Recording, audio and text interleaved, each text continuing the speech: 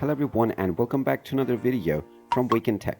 In this video, I'm going to show you how to log into your account on Bendigo Bank. So let's get started right away. First of all, open up your web browser and then in the address bar type in bendigobank.com.au and press enter. This will now take you into the official website for Bendigo Bank. Now from the homepage, click on the login button at the top right corner after choosing from your preferred login portal using the drop-down menu. Once you click on this, you will be taken into the login portal. Now go ahead and type in your access ID that you have been given while creating your account and then click on the next button. After you click on next, you will be asked to enter your account password. Go ahead and type in your password and then click on the next button once again.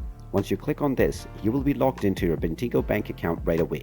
In case you have forgotten your password, you can click on the I forgot my password option and you will be allowed to reset your login credentials. And there you have it. That is how easy it is to log into your account on Bendigo Bank. If you find this video helpful, make sure you hit that like button and subscribe to our channel if you haven't done